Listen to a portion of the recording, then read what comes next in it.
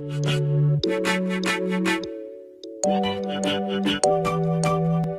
guys, welcome back to my channel, and if you're new here, hi, my name is Janelle and I upload new videos every Monday, Wednesday, and Friday. And in today's video, I'm going to be showing you guys the super glamorous purpley mauve cut crease. I'm so happy with how this look came out, and I've just been really wanting to play with colors and cut creases and just do more bold looks because obviously for like the past 3 months on a regular basis, I'm not wearing this much makeup, and then when I do wear makeup, I get kind of lazy with it. So I had so much fun creating this makeup look. This look will be perfect for anybody with like brown eyes, green, or hazel eyes. As soon as you throw purple on there, your eyes are just gonna be beaming. So if you guys are interested in seeing how I got this makeup look, then definitely please keep watching. But before you go anywhere, please don't forget to hit that subscribe button and the notification bell so you can be notified every Monday, Wednesday, and Friday when I upload. I love you all so much, and let's jump into this makeup look.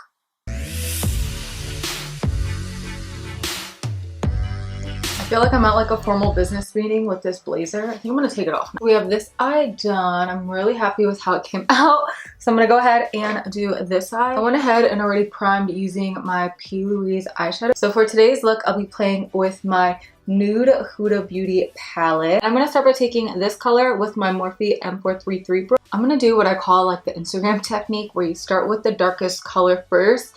Normally when I do my eyeshadow, I go from light to dark, but when you start with the darkest color first and do this technique, it just helps it show up more pigmented. And I find that you end up needing less eyeshadows. I'm gonna apply it pretty much like on my lid and just kind of like tap it where I want it. Once I have most of the product where I want it, and I'm gonna start buffing it upward. But you wanna do tapping motions with this technique. You don't wanna do like regular windshield wiper motion, or it can start looking patchy. Once I have most of the product where I want it, that's when I'm gonna start tapping it upward and start kind of like feathering it so it has a little bit more of that gradient effect. Once I have most of my product there, I'm going to take this small BH Cosmetics fluff brush. I'm going to take a little bit of this color here and kind of like tapping it on the shadow first, and then I'll buff it upward. And then now, since this brush has a little bit of that pink, I kind of like that, so I'm going to take this brush and take this matte cream color. And there's barely any pink left, but there's just enough to help blend it with this that I'm going to put underneath of my eye. I'm just going to super with a light hand, and I'm holding the brush really far down on the barrel. That way I'm not applying too much pressure. I'm just going to lightly tap this on my eyebrow to kind of highlight and then also help blend the edges of my darker purples and stuff. Now for the part where I won't be able to breathe for like 2 minutes, I'm going to take my P. Louise eyeshadow base and my MAC 195 concealer brush. I'm going to use these to go over top of the eyeshadow and just cut out my crease. I'm going to make sure I coat both sides of the brush as well as the edges. I like how this is tapered because it lets me get right in that inner corner. Like put it first and I'll just stamp it and then just slowly stamp it across my eye. I'm kind of using like the edge of the brush. Oh, I thought there was a bug. Oh my gosh, I almost had a heart attack. So I'm using more of like the edge of the brush, like the side, to outline it first, and then I'll use the flat part of the brush to drag it down in a second. Now is when I'm going to start taking the flat side and just spreading it over my lid.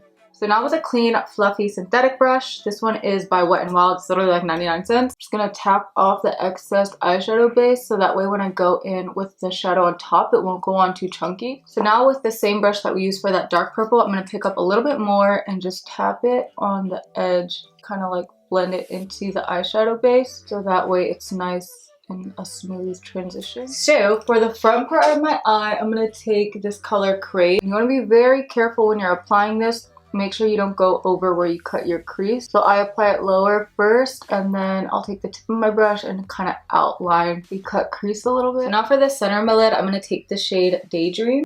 And then again, just get really careful the closer I get to the top of my cut crease. Next, taking my MAC Hyper Real Glow palette, I'm going to take this middle color and use that to highlight my inner corner.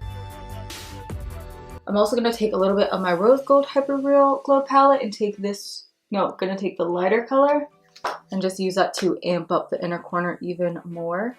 And I'm going to use my Physicians Formula eye pen to line my lid.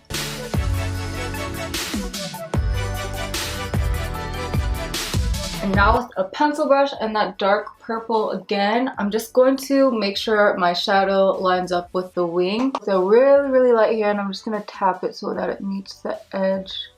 I'm going to apply my L'Oreal Bambi Lash Mascara, and then I'll pop on my Amazon false lashes.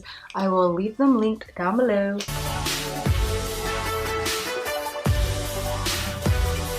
Now I'll just be applying my Charlotte Tilbury Flawless Filter in Tan 5. I'm going to do a dot of this here. Before I buff it out, I'm going to take my L'Oreal Infallible Fresh Wear Foundation in, I believe this is 470. And I'm just going to do a squirt on each side. I like mixing these together because it just helps even up the skin without looking too heavy. The Charlotte Tilbury has a nice radiant glow to it. And then the L'Oreal Infallible Fresh Wear is like a nice satin matte finish foundation, so together they just look really nice. Lately what I've been honestly liking to do is using the Charlotte Tilbury on its own, especially when I do super bold eye looks like this, because it helps balance it out so your skin looks super glowy and natural but your eyes are a nice statement. So for concealer today, I'm going to be using the Tarte Shape Tape, and I'm going to line this up on the sides of my nose.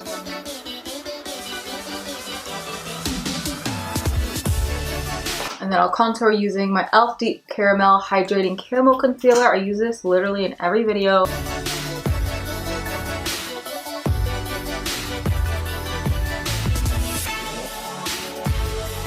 Oh shoot! No! Babe! Look at this! Oh shit. You wanna look like Willy Wonka. How do I fix this? So that's cute. I just picked up the contour on my cheek and put that on the front part where I didn't want it. So now I have to layer more concealer. Hopefully this doesn't start looking cakey. Alright, so now I'm just going to buff out my contour with this BH Cosmetics brush.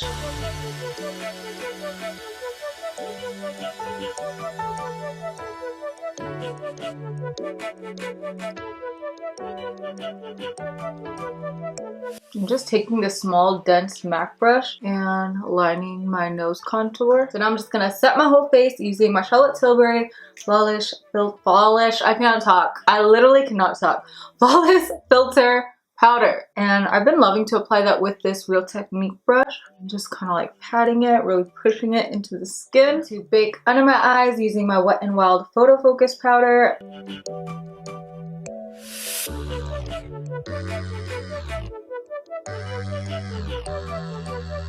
You already know what bronzer I'm using, Physicians Formula, and to buff that out, I'll be using this MAC 135 brush.